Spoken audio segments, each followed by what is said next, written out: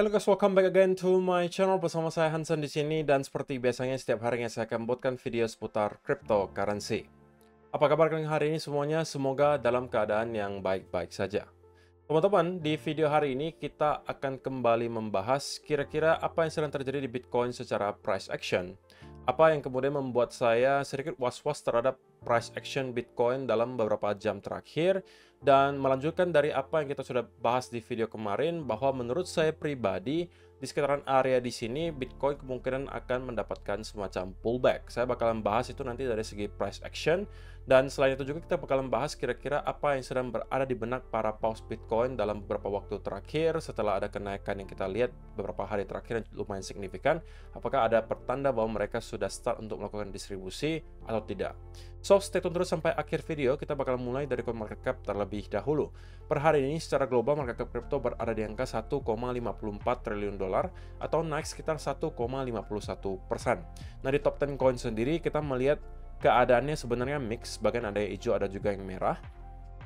Dan yang menjadi top performer hari ini adalah Dogecoin, teman-teman. Dengan kenaikan 2,92% menuju 0,089 dolar. So, itu adalah outlook sementara dari beberapa top coin yang ada. Sekarang kita langsung aja masuk ke beberapa data dan berita terbaru hari ini. Nah, yang pertama teman-teman, kita pengen cek dulu kira-kira para Bitcoin rich list ini sedang ngapain aja nih. Para paus Bitcoin yang mempunyai jumlah Bitcoin yang sangat banyak itu sedang pada ngapain. Nah, di sini kita bakalan exclude sekali lagi yang di bawahnya ada tulisan seperti ini karena ini biasanya adalah wallet para exchange. Nah, untuk top 100 sendiri teman-teman, di sini terlihat transaksinya cukup banyak ya. Dan yang cukup besar pertama itu di nomor 16, di mana ada penambahan 2.944 Bitcoin. Nomor 18 itu ada penambahan 872 Bitcoin. Dan kemudian di nomor 27 itu penambahan 30.000 Bitcoin. Nomor 38, 320. Nomor 39 plus 10.150 Bitcoin, nomor 42 plus 550. Kemudian kita scroll lagi ke bawah, di sini ada penambahan sedikit 27 minus 5. Di sini ada minus 436, lumayan, ada yang minus 51.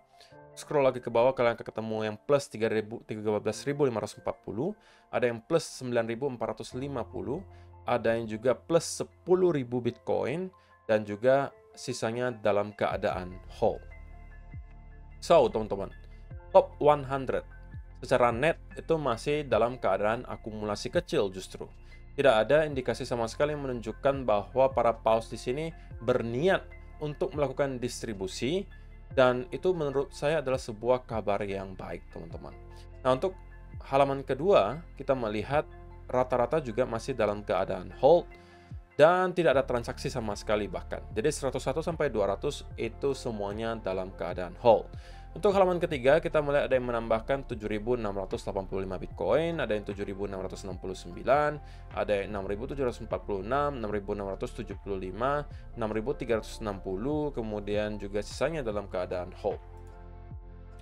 Nomor 4 plus 5.329, plus 5.230, kemudian di sini plus 4.688, plus 4.400, plus 4.300, plus 4.200, dan juga plus 4.200 di sini. Kemudian untuk halaman kelima, di sini juga ada yang plus 3.940, ada juga yang plus 3.250, ada yang plus 3.100. So, halaman pertama sampai kelima, alias top 1 sampai 500, teman-teman. Itu semuanya masih dalam keadaan antara hold, dominannya itu masih hold. Saya bisa katakan 90% itu hold, sisanya 10% melakukan transaksi, dan netnya itu akumulasi kecil. Artinya ada beberapa yang distribusi, tapi itu angkanya sangat tidak signifikan, hanya kurang lebih 500, ada yang puluhan Bitcoin, tapi yang kemudian melakukan akumulasi itu rata-rata ribuan, ada yang bahkan puluhan ribu Bitcoin. Terus secara overall, saya masih bisa mengatakan bahwa para paus Bitcoin rupanya tidak terlihat ada indikasi tertarik untuk start melakukan distribusi. Dan ini juga harusnya tidak lepas dari sentimen market sekarang yang merasa bahwa spot Bitcoin ETF itu harusnya imminent, teman-teman, segera akan di-approve.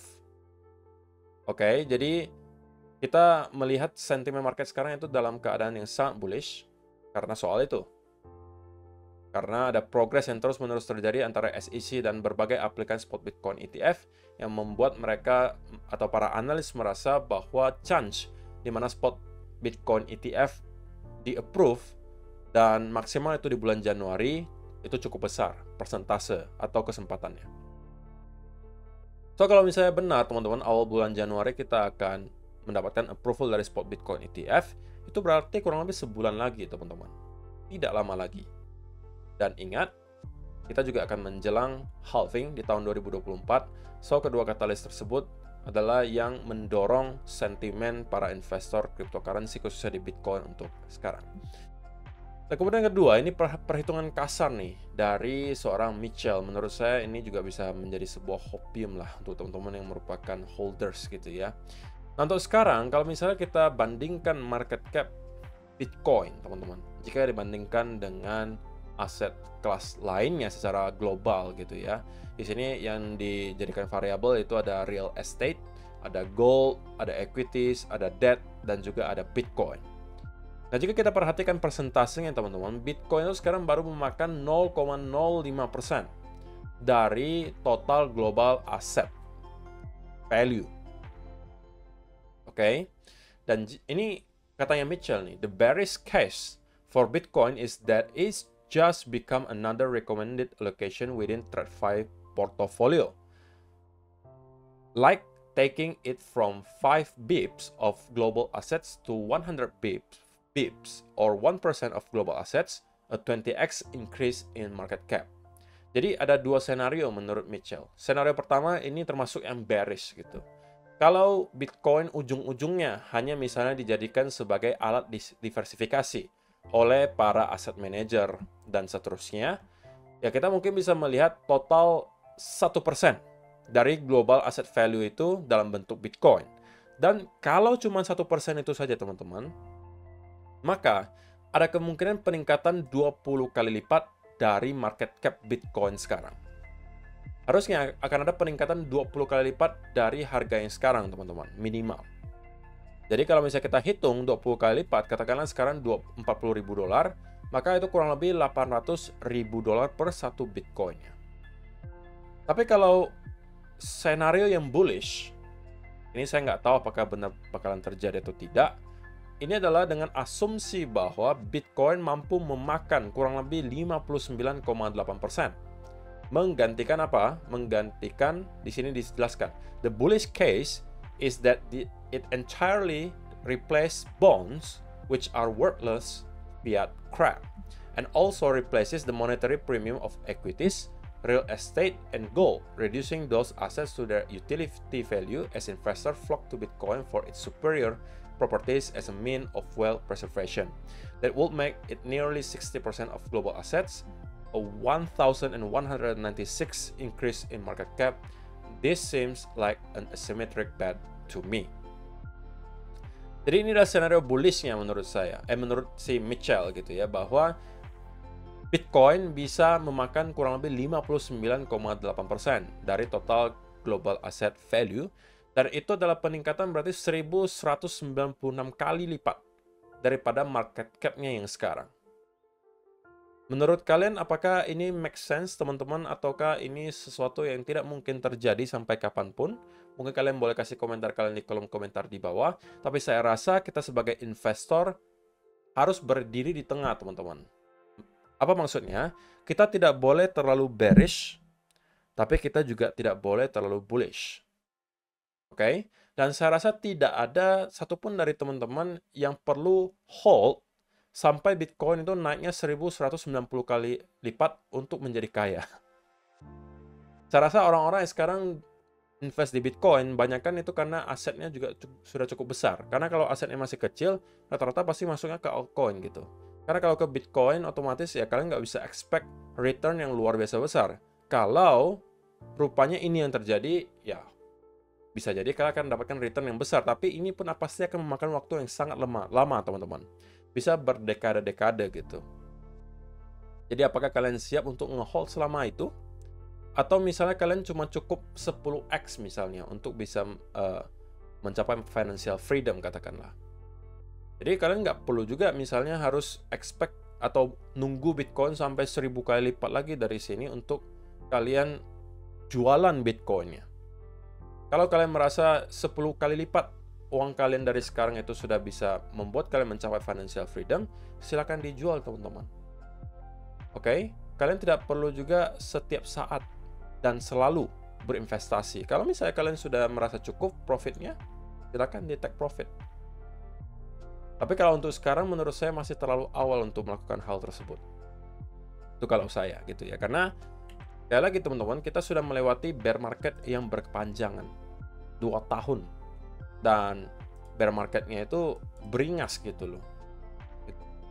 Oke, jadi sekarang kita akan masuk ke chart teman-teman. Dan saya pengen mulai langsung aja dari 1 hour chart. So, untuk teman-teman yang mungkin masih sempat untuk nge-hold posisi longnya dari sini, maka saya bisa sampaikan bahwa final targetnya sudah tercapai. Kita sudah nyampe ke area 42.000 dan ini menurut saya adalah saat lagi bagi kita untuk mencari setup berikutnya. Tetapi menariknya bukan untuk arah long ya teman-teman, tapi lebih ke arah short. Nah, saya mengatakan di video kemarin bahwa area 42.000 ini kemungkinan bakalan di tap teman-teman, dan kemudian kita akan pull back dari sana. Dan menurut saya tesis tersebut masih berlaku hingga hari ini teman-teman. Walaupun saya sudah ingatkan berkali-kali bahwa kalaupun teman-teman pengen short dalam keadaan seperti ini, please tunggulah ada setupnya terlebih dahulu sebelum kalian memutuskan untuk melakukan short. Nah, untuk sementara yang baru kita dapatkan adalah step pertama teman-teman, yaitu adalah kita melihat ada sedikit pelemahan momentum bullish di Bitcoin. Bahwa ketika kita breakout di sini, kita kemudian kembali closing lagi di bawah, dan itu menunjukkan bahwa buying pressure tidak lagi sekuat yang kita lihat di sini. Kalau kita lihat di sini, kita breakout, kemudian menjauh dari area breakout, kita konsolidasi lagi, breakout dan menjauh, ya kan? Kita breakout dan menjauh, kemudian kita start untuk mendapatkan konsolidasi dan koreksi. Kita mencoba breakout, namun kemudian kembali terkoreksi. Dari sini kita udah melihat nih, ada sedikit pelemahan momentum bullish terjadi di Bitcoin. Nah, tapi apakah indikasi tersebut sudah cukup bagi kita untuk kemudian menekan tombol sell? Menurut saya belum. Nah, indikasi satu kita sudah dapatkan bahwa ada indikasi pelemahan momentum bearish. Kalau kalian mau andalkan indikator pun, RSI ataupun osilator, RSI katakanlah, saya rasa ini juga pasti jelas akan ada bearish divergence. Nah, ini kalian bisa lihat secara langsung. Ini adalah bearish divergence yang sangat jelas. Kita membentuk higher high, tapi di indikatornya membentuk lower high. Oke, jadi ada dua indikasi. Dari segi price action dan juga dari segi indikator menunjukkan ada pelemahan momentum bullish. Nah, yang kedua yang perlu kita lihat adalah setup, teman-teman. Nah, setupnya ini bisa beragam. Apakah kita akan membentuk semacam rising wedge? Ini adalah skenario yang menurut saya paling ideal untuk bisa kita lihat. Kalau kita ternyata terus mendapatkan bounce dari sini, teman-teman, dan mengerucut, ya ini berarti adalah rising wedge. Dan kemudian breakdown dari sini, ini adalah peluang bagi kita untuk mendapatkan pullback. Dan ini bisa teman-teman manfaatkan untuk short term short atau sell short term. Jadi saya masih merasa bahwa Bitcoin di sekitaran area di sini masih akan sedikit struggling, oke? Dan saya rasa kita akan mendapatkan pullback tersebut menuju ke sekitaran area 40-an ribu dolar, teman-teman. Ini akan menjadi area pertama yang kemungkinan bakalan dituju apabila memang kita ada mendapatkan setup ini. Oke, apakah hanya rising wedge yang bisa kita temukan? Tentunya tidak. Kita bisa menemukan berbagai jenis reversal pattern lainnya. Intinya kan pertama kita udah dapatkan ada indikasi pelemahan momentum bullish. Yang kedua kan kita perlu yang namanya ada setup berupa reversal pattern gitu kan. Nah, reversal patternnya itu bisa berbagai macam. Bisa yang tadi kita lihat sebagai rising wedge. Bisa juga katakanlah teman-teman menemukan ada double top di sini. Apakah ada triple top? Ataukah nanti kita membentuk ini sebagai apa? Head and shoulder. ya kan? Yang manapun itu, intinya itu adalah berarti pattern bearish, reversal. Jadi, kalau ini yang kita lihat, maka itu mungkin bisa menghasilkan setup baru untuk teman-teman semua. Nah, tetapi kalau misalnya memang market memutuskan untuk tidak mau koreksi, tidak mau pullback dari sekitaran area di sini, maka yang pengen saya lihat terjadi berikutnya ke Bitcoin adalah kita kemudian mendapatkan rally, dan kemudian konsolidasi, rally, konsolidasi, dan kemudian start untuk pullback. Nah, jika ini yang kita lihat, maka ini justru adalah peluang bagi kita untuk kembali masuk ke arah long.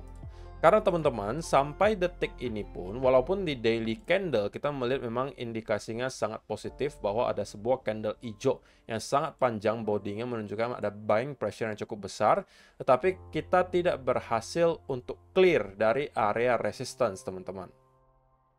So, saya masih tetap expect akan ada semacam pullback dari sekitaran area di sini, gitu ya. Jadi, untuk sementara teman-teman, short term saya cenderung gitu ya, cenderung mengatakan bahwa kita sedikit akan berada di kubu yang bearish, dan saya merasa harusnya akan ada pullback dari sini. Oke, dan itu tidak tuh mengatakan berarti Bitcoin tidak akan lagi mampu naik dari sini menuju ke area yang lebih tinggi, tetapi pullback di pertengahan jalan itu adalah hal yang wajar untuk terjadi, teman-teman. Dan pullbacknya juga saya tidak targetkan terlalu dalam, nyampe ke sekitaran area 40-an ribu dolar, itu menurut saya sudah cukup make sense dan cukup sehat untuk kita kemudian bisa melanjutkan kenaikan lagi ke atas, teman-teman. Oke, tapi kalau misalnya tidak ada setup yang dikasih, ya sudah, berarti saya tidak masuk ke market, saya stay away from the market terlebih dahulu sampai clue berikutnya datang untuk saya.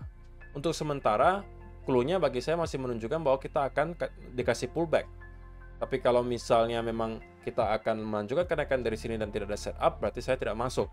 Dan kalau kita memang berhasil untuk close di atas area 43.000 dan kemudian start untuk konsolidasi, nah ini adalah peluang bagi teman-teman yang kemarin belum sempat untuk melakukan long, untuk kemudian start lagi masuk dari sekitaran area di sini. Begitu ya. Jadi setup kita berikutnya akan bergantung kepada pergerakan Bitcoin. Kita di sini tidak mencoba untuk mendahului market. Sekali lagi, kita tidak mencoba untuk menerka-nerka habis ini Bitcoin bakalan ngapain sebelum ada indikasi dan clue yang jelas.